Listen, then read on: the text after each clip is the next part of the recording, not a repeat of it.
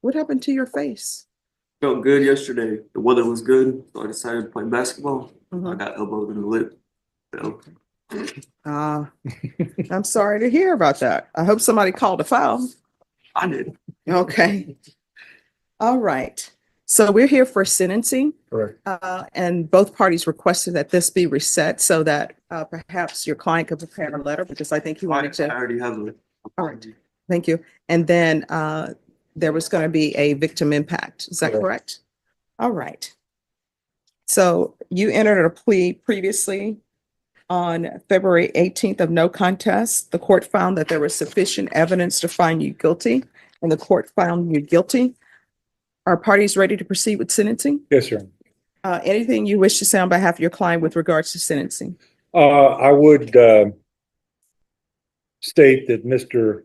Skinner is very remorseful for this incident. Mhm. I've talked to him about it. He would like to make a statement, and I would like to call him as a witness, Your Honor. All right, can you raise your right hand for me?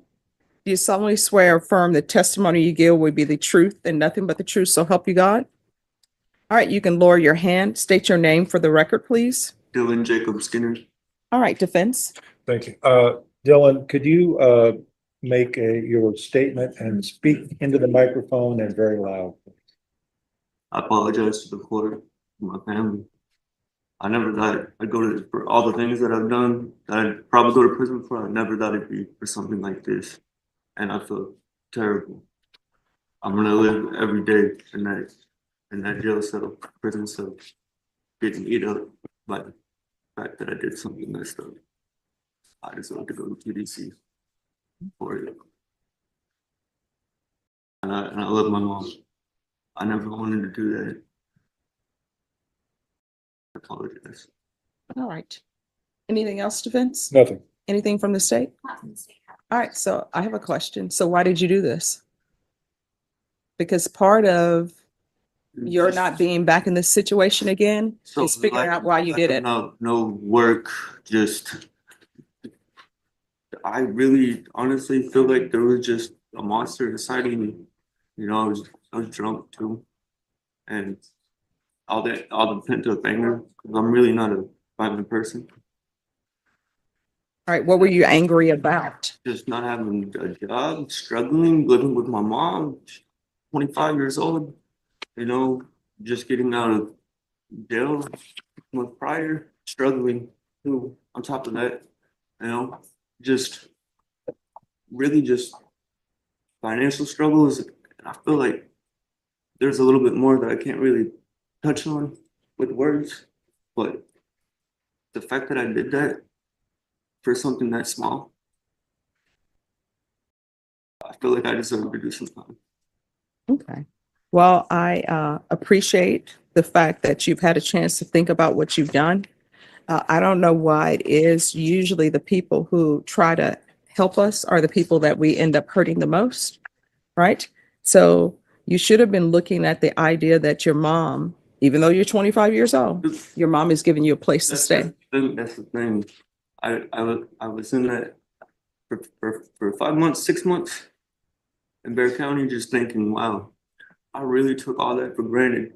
Just Mhm. for 3 to 5 minutes, I messed up my whole relationship with my family Mhm. over something small and selfish, very selfish. All right. So I apologize to the court and I apologize to my mother, Okay. and I love her. Okay. All right. Anything else before the court entered sentence? No, Your Honor. All right, the court will follow your agreement. The court is going to find you guilty, sentence you to 4 years in the prison, give you credit for any time served. There's an affirmative finding of family violence. There's an affirmative finding of deadly weapon. There's to be no contact with Dusty, Dusty Skinner. Take in consideration 2024 CC 739463. There's a $1,500 fine. Time and money will run concurrent. There's to be therapeutic community. Is there anything else from either side with regards to sentencing? No, Your Honor. All right. Did you review the document entitled Trial Court Certification of Defendant's Rights to Appeal with your attorney? Yes, ma'am. Did you understand it? And did you sign it? Yes, ma'am. All right, just a moment. I'm going to wait till they finish here on the side. Judge, I'm not talking to you. No, I'm ignoring them. Okay, thank you. Just waiting for you to finish, Judge. All right. All right, did you sign it? Yeah. Mr. Skinner? Yes, ma'am, I signed it. All right, because this is a plea bargain agreement, because I followed your plea bargain agreement, and because you waived your right to appeal, you do not have the court's permission to appeal. Because this is a felony conviction, because this is an affirmative finding of family violence, you're not allowed to own or possess any weapons or ammunition. If you have a question over what a weapon or ammunition is, you'll need to speak to an attorney. Do you understand? Yes, ma'am. All I right, do have a question. yes, You said I do not have permission to be in contact with her. no. Is that forever? You'll have to speak to your attorney in regards to that. And what I will tell you, the no contact was a part of your agreement with the state. Of course. At some point in time, maybe your mom will want to have contact with you. If she does, and you all can work on your relationship through that, then we'll see. Okay? Okay. All right, any other questions? All right, we can go off the record. With regards to the therapeutic community, I have no jurisdiction over that, over the prison. I can't force them to put you in that program, but it'll be in the judgment that I want you to be considered for the therapeutic community. You'll have to ask for it as well. You understand? All right. And here's my other advice. I have no problem with tattoos, You but just no said more no face tattoos, okay? Because people will see you, they see the face tattoos and they You'd think be some sort of way. distracted too, probably. Yes. All right. All right. So my understanding, there's a victim impact. All Mr. right. Skinner, over here. Put your back against the counter.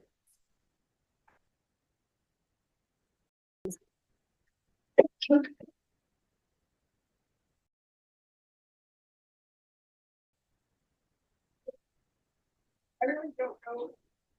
I have got some pain in my leg. I have a different safety. That's rich. It's destroyed.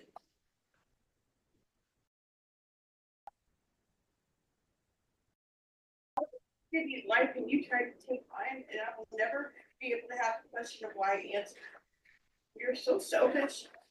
Your dad read me letters that you wrote to him, and you never once asked about me if I was okay after what you did. You said that you love everyone, but you tried to leave your brother, your sister without me. After you did this to me, I found out that I'm not the only one who hurt, and it makes it a little less difficult to say that I will never forgive you for the things you've done.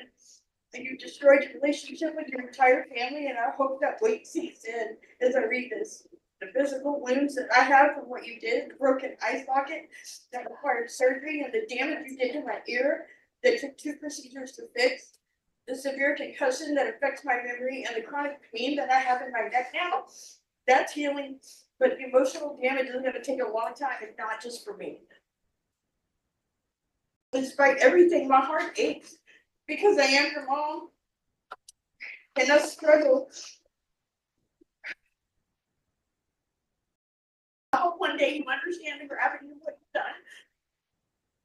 In your heart, and not just in the words that you so easily say all the time to make everything right. I hope whatever path you take, I can take it to someone other than a monster out there that you have.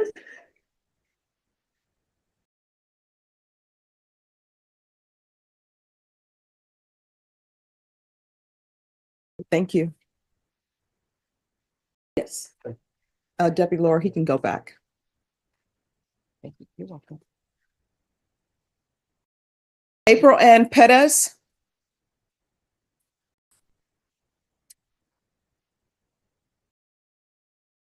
Good morning. All right, we're scheduled for jury trial. Yes, Judge. All right, so jury will be up here at 11. Okay, Judge. All right, thank you.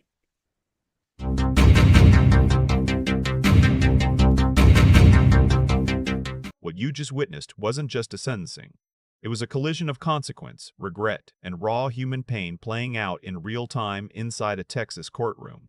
Dylan Jacob Skinner stood before the court having entered a no-contest plea, and the judge, bound by the agreed terms, sentenced him to 4 years in state prison. With it came an affirmative finding of family violence, an affirmative finding of a deadly weapon, a $1,500 fine, and a permanent no-contact order with the very person who raised him, his mother. Dillon spoke of financial struggle, anger, alcohol, and a monster inside he couldn't control. He was remorseful. He was reflective. But remorse, no matter how genuine, cannot undo a broken eye socket, 2 surgical procedures on a damaged ear, a severe concussion, chronic neck pain, or the emotional wreckage left behind. And then his mother spoke. She didn't need a lawyer. She didn't need legal strategy. She needed the world to hear what it cost her physically, emotionally, permanently to be attacked by her own son. Her words cut deeper than any verdict ever could. She said she will never forgive him. And in that moment, the courtroom wasn't about law. It was about a family shattered by 3 to 5 minutes of uncontrolled rage. The judge's final words weren't just about prison time. They were about rehabilitation, reflection, and the long road back to becoming someone worth trusting again. Justice was served, but some wounds, as we heard today, may never fully heal. If you found this case as eye-opening as we did, hit that like button, drop your thoughts in the comments, and subscribe for more real courtroom breakdowns, because justice never gets old.